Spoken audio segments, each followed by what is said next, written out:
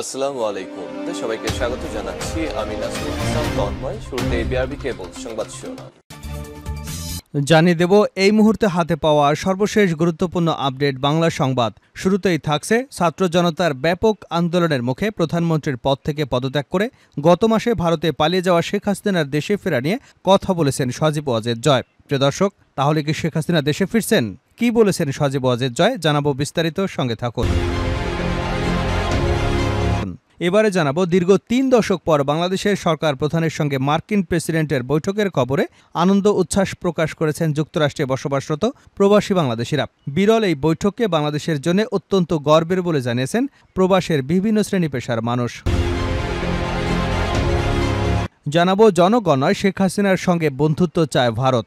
বাংলাদেশের জনগণের সঙ্গে নয়, শেখ হাসিনার মতো একজন স্বৈর শাসকের সঙ্গে ভারত বন্ধুত্ব চায় বলে মন্তব্য করেছেন বিএনপির সিনিয়র যুগ্ম মহাসচিব অ্যাডভোকেট রুহুল কবির রিজভী। ভারতের কেন্দ্রীয় স্বরাষ্ট্রমন্ত্রী অমিত শাহের বক্তব্যের কড়া সমালোচনা করে তিনি বলেন, ভারতের কেন্দ্রীয় ও প্রভাবশালী মন্ত্রী যখন ধৃষ্টতাপূর্ণ কথাবার্তা বলবেন তখন বাংলাদেশের মানুষের তো আবেগ থাকতেই পারে। এদিকে সাকিব আল হাসানকে গ্রেপ্তার করা নিয়ে নতুন করে যা বলেন আসিফ নজরুল। গত ৫ আগস্ট পতন হয় শেখ হাসিনা সরকারের। পতনের আগে জাতীয় সংসদ নির্বাচনে মাগুরা ১ আসন থেকে সংসদ সদস্য হয়েছিলেন বাংলাদেশের জাতীয় ক্রিকেট দলের খেলোয়াড় সাকিব আল হাসান। শেখ হাসিনা সরকারের পতনের পর গত ২২ আগস্ট রাতে সাকিবের নামে একটি হত্যা মামলা হয়। সাকিব আল হাসানকে মামলার ২৮ নম্বর এজাহার নামেও আসামি করা হয়েছে। জানিয়ে দেব পূজা মণ্ডপের নিরাপত্তায় সর্বোচ্চ সতর্ক থাকবে পুলিশ, ডিএমপি কমিশনার। দেশের সব পূজা মণ্ডপের নিরাপত্তায় পুলিশ সর্বোচ্চ সতর্ক থাকবে বলে জানিয়েছেন ঢাকা মেট্রোপলিটন পুলিশ ডিএমপির কমিশনার মোহাম্মদ মইনুল হাসান। আজ বুধবার ডিএমপির হেডকোয়ার্টার্সের সম্মেলন কক্ষে শারদীয় দুর্গাপূজা উপলক্ষে নিরাপত্তা, আইনশৃঙ্খলা এবং ট্রাফিক ব্যবস্থাপনা সংক্রান্ত সভায় সভাপতিত্বকালে তিনি এমন মন্তব্য করেছেন। এবং সর্বশেষ জানাবো আন্তর্জাতিক সংবাদ। ২৪ ঘণ্টায় গাজায় ৫৩ ফিলিস্তিনিকে হত্যা করেছে ইহুদিবাদী ইসরায়েল। প্রায় প্রতিদিনই অবরুদ্ধ এই উপত্যকায় ইসরায়েলের হামলায় প্রাণ হারাচ্ছে নিরীহ ফিলিস্তিনিরা। রাফার উত্তরাঞ্চলে একটি বাড়িতে বোমা হামলার ঘটনায় এক নারী এবং তার ৫ সন্তান নিহত হয়েছে বলে খবর পাওয়া গেছে। এতক্ষণ শিরোনাম শুনছিলেন, এবার বিস্তারিত। প্রিয় দর্শক, আপনি যদি এই চ্যানেলে নতুন হয়ে থাকেন, ভিডিওটি দেখতে দেখতে চ্যানেলটি সাবস্ক্রাইব করে আমাদের সঙ্গেই থাকুন। আর এই ভিডিও সম্পর্কে আপনি আপনার মূল্যবান মতামতটি কমেন্ট বক্সে জানিয়ে দিন। আর হ্যাঁ প্রিয় দর্শক, জানিয়ে দিন ভিডিওটি কোথা থেকে দেখছেন। শেখ হাসিনার দেশে ফেরা নিয়ে যা জানালেন সজীব ওয়াজেদ জয়। ছাত্র জনতার ব্যাপক আন্দোলনের মুখে প্রধানমন্ত্রীর পদ থেকে পদত্যাগ করে গত মাসে ভারতে পালিয়ে যাওয়া শেখ হাসিনার দেশে ফেরা নিয়ে কথা বলেছেন তার ছেলে সজীব ওয়াজেদ জয়। বুধবার যুক্তরাষ্ট্রের ওয়াশিংটন ডিসি থেকে ব্রিটিশ বার্তা সংস্থা রয়টার্সকে দেওয়া এক সাক্ষাৎকারে জয় বলেছেন, দেশে ফেরার বিষয়টা শেখ হাসিনার উপর নির্ভর করবে। এর আগে গত মাসে রয়টার্সকে দেওয়া এক সাক্ষাৎকারে সজীব ওয়াজেদ জয় দাবি করেছিলেন যে শেখ হাসিনা দেশে ফিরে বিচারের মুখোমুখি হবেন এবং পরবর্তী নির্বাচনে আওয়ামী লীগ অংশ নিতে চায়। বাংলাদেশের গণ আন্দোলনের হত্যাকাণ্ডের ঘটনায় শেখ হাসিনার বিচার দাবি করেছেন শিক্ষার্থীরা। এমন প্রেক্ষিতে তিনি ওকথা বলেন। তবে শেখ হাসিনা দেশে ফিরবেন কিনা মঙ্গলবার জানতে চাওয়া হলে জয় বলেন, এটা তার সিদ্ধান্ত। এই মুহূর্তে আমি আমার দলের লোকজনকে নিরাপদে রাখতে চাই। ইউনূস সরকার তার উপর যে নিষ্ঠুরতা চালাচ্ছে সেটাকে আমি বিশ্ববাসীর কাছে তুলে ধরতে চাই। বাংলাদেশে আগামী ১.৫ বছরের মধ্যে নির্বাচন হওয়া উচিত বলে সেনাপ্রধান যে মন্তব্য করেছেন তাতে সন্তোষ প্রকাশ করেছেন সজীব ওয়াজেদ জয়। আওয়ামী লীগকে বাদ দিয়ে কার্যকর কোনো সংস্কার বা নির্বাচন সম্ভব নয়। নির্বাচন আয়োজনের সময় আরও আগেই প্রত্যাশিত ছিল বলেও মন্তব্য করেছেন তিনি।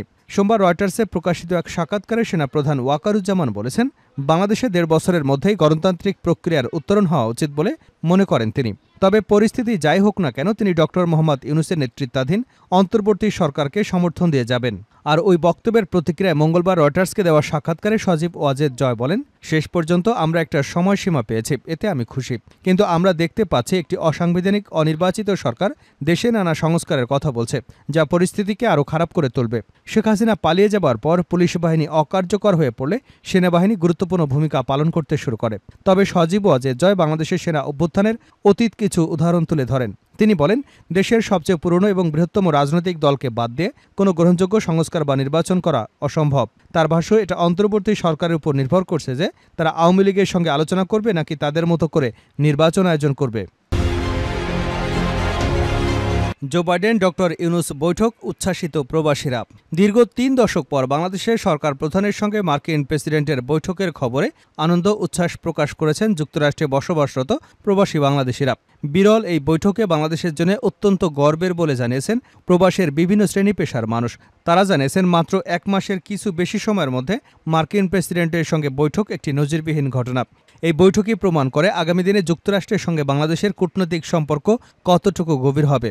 বৈঠকের শুরুতে বাইডেন ইউনূসের আলিঙ্গনের ছবি এবং ভিডিও সোশ্যাল মিডিয়ায় ভাইরাল হয়ে যায় কিছুক্ষণের মধ্যেই। নিউ ইয়র্কের জ্যাকসন হাইটসের বাঙালিপাড়া থেকে শুরু করে কূটনৈতিক মহলে আলোচনার মূল বিষয়বস্তু ছিল দুই নেতার ঐতিহাসিক এই বৈঠক। প্রবাসীরা আশা করছেন যুক্তরাষ্ট্রের কাছে বাংলাদেশের দীর্ঘদিনে যেসব দাবি তা পূরণ হতে সময়ের ব্যাপার মাত্র, আর সেটা ডক্টর ইউনূসের নেতৃত্বেই সম্ভব। বাংলাদেশ সোসাইটি ইউএস এর সভাপতি আব্দুল রব মিয়া কালের কণ্ঠকে বলেন, ৩ দশকেরও বেশি সময় পর কোনো বাংলাদেশের সরকার প্রধানের সঙ্গে আনুষ্ঠানিক বৈঠক করেছেন মার্কিন প্রেসিডেন্ট। এটা বাংলাদেশি হিসেবে আমাদের জন্য গর্বের। ডক্টর মোহাম্মদ ইউনূস দেশ সংস্কারের দায়িত্ব নিয়েছেন বলে এটা সম্ভব হয়েছে। এই বৈঠকের খবরে প্রবাসীরা আনন্দিত, উচ্ছ্বাসিত। তিনি বলেন, বহু বছর ধরে আমরা ছিলাম শোষিত। এই অবস্থায় ডক্টর মোহাম্মদ ইউনূস দায়িত্ব নেওয়ায় জনমনের স্বস্তি ফিরে এসেছে। যুক্তরাষ্ট্রে বাংলাদেশি কমিউনিস্টের এই শীর্ষ নেতা আরও বলেন, সারা বিশ্বে ডক্টর ইউনূসের গ্রহণযোগ্যতা রয়েছে। এটাকে কাজে লাগিয়ে তার হাত ধরেই দেশ আরও এগিয়ে যাক, এটাই প্রবাসীদের প্রত্যাশা। জনগণ নয়, শেখ হাসিনার সঙ্গে বন্ধুত্ব চায় ভারত, রিজভী। বাংলাদেশের জনগণের সঙ্গে নয়, শেখ হাসিনার মতো একজন স্বৈরশাসকের সঙ্গে ভারত বন্ধুত্ব করতে চায় বলে মন্তব্য করেছেন বিএনপির সিনিয়র যুগ্ম মহাসচিব রুহুল কবির রিজভী। ভারতের কেন্দ্রীয় স্বরাষ্ট্রমন্ত্রী অমিত শাহের বক্তব্যের কড়া সমালোচনা করে তিনি বলেন, ভারতের কেন্দ্রীয় ও প্রভাবশালী মন্ত্রী যখন ধৃষ্টতাপূর্ণ কথাবার্তা বলবেন তখন বাংলাদেশের মানুষের তো আবেগ থাকতেই পারে। তারা যখন হেয় করবে, অবহেলা করবে, ঘৃণা করবে, তখন তো আমাদের মধ্যে আবেগ আসবেই। বাংলাদেশের জনগণকে তারা পছন্দ করে না, জনগণের সঙ্গে তারা বন্ধুত্ব চায় না। তাদের পছন্দ শেখ হাসিনা, কারণ শেখ হাসিনা থাকলে ভারত বাংলাদেশে আধিপত্য বিস্তার করতে পারে। বুধবার দুপুরে ঢাকা রিপোর্টার্স ইউনিটিতে বাংলাদেশ জাতীয়তাবাদী পল্লী চিকিৎসক অ্যাসোসিয়েশন আয়োজিত সংগঠনটির ১৬তম প্রতিষ্ঠা বার্ষিকী উপলক্ষে বিএনপির বিগত আন্দোলনে গুম খুন হওয়া ব্যক্তিদের আর্থিক অনুদান অনুষ্ঠানের প্রধান অতিথির বক্তব্যে এসব কথা বলেন। দুর্গাপূজা উপলক্ষে ভারতে ইলিশ মাছ রপ্তানি প্রসঙ্গে রিজভী বলেন, আমাদের একজন উপদেষ্টা বলেছেন ভারতে ইলিশ রপ্তানি করা হয়। এখানে আবেগে কথা বললে হবে না। বাঙালি জনগোষ্ঠী ভারতে আছে। দুর্গাপূজার সময় ইলিশ তাদের কাছে একটি বড় উপাদান, সেটা আমরা জানি।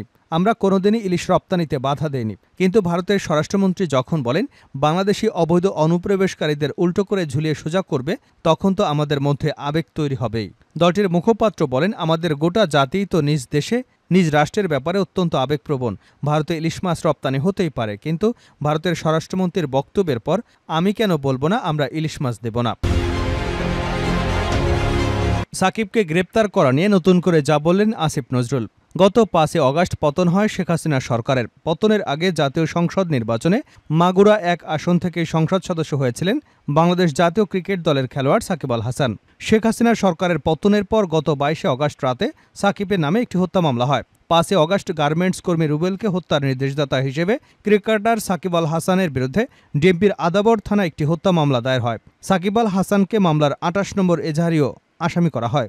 যদিও গত ৫ আগস্ট রুবেল নিহত হবার সময় সাকিব কানাডায় ছিলেন। এ সময় কানাডার গ্লোবাল টি-20 লিগে খেলছিলেন তিনি। এমনকি বৈষম্যবিরোধী ছাত্র আন্দোলনের পুরো সময় দেশে ছিলেন না সাকিব আল হাসান। তাই সাকিবের নামে এই মামলার উদ্দেশ্য নিয়ে অনেকেই প্রশ্ন তোলেন। এ সময় হত্যা মামলার আসামি হওয়ায় জাতীয় দল থেকে সাকিবকে বাদ দেওয়ার জন্য মামলার তদন্তের স্বার্থে তাকে দেশে ফিরিয়ে আনতে বিসিবিকে আইনি নোটিশ পাঠান একজন আইনজীবী। তখন বিবিসির সভাপতি ফারুক আহমেদ জানিয়েছেন, আদালতে দোষী প্রমাণিত হবার আগ পর্যন্ত সাকিবের খেলতে কোনো বাধা নেই। বিষয়টি নিয়ে তখন অন্তর্বর্তী সরকারের আইন উপদেষ্টা আসিফ নজরুল বলেছিলেন, সাকিবের বিরুদ্ধে শুধু মামলা হয়েছে, তারপরও এটা পুলিশ প্রশাসনের ব্যাপার। আমরা যতটুকু বলার চেষ্টা করেছি। মামলা বা এফআইআর হওয়া মানে তো গ্রেপ্তার নয়। আমার বিশ্বাস আমাদের স্বরাষ্ট্র মন্ত্রণালয় থেকে উদ্যোগ নেওয়া হবে যাতে অতি উৎসাহী হয়ে গ্রেপ্তার না করা হয়। বর্তমানে ভারতের বিপক্ষে সিরিজ খেলতে সেদেশে গেছেন সাকিব আল হাসান।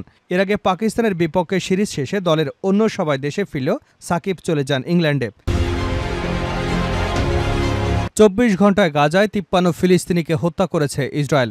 গাজায় গত ২৪ ঘণ্টায় কমপক্ষে ৫৩ ফিলিস্তিনিকে হত্যা করেছে ইহুদিবাদী ইসরায়েলি বাহিনী। প্রায় প্রতিদিনই অবরুদ্ধ এই উপত্যকায় ইসরায়েলের হামলায় প্রাণ হারাচ্ছে নিরীহ ফিলিস্তিনিরা। রাফার উত্তরাঞ্চলে একটি বাড়িতে বোমা হামলার ঘটনায় এক নারী এবং ৫ সন্তান নিহত হয়েছেন বলে খবর পাওয়া গেছে। এদিকে নুসেরাত শরণার্থী শিবিরে বিমান হামলার ঘটনায় কমপক্ষে ২ জন নিহত এবং আরও বেশ কয়েকজন আহত হয়েছে। এছাড়া গাজার উত্তরাঞ্চলে বেইত লাহিয়ার একটি বাড়িতে বিমান হামলার ঘটনায় একজন নিহত এবং আরও বেশ কয়েকজন আহত হয়েছেন। বেইত লাহিয়ার সামরিক অভিযান চালিয়ে বিশাল আকার কৃষিজমি ধ্বংস করে দিয়েছে ইসরায়েলি বাহিনী। সেখান থেকে আংশিক সেনা প্রত্যাহার করা হয়েছে বলে জানানো হয়েছে।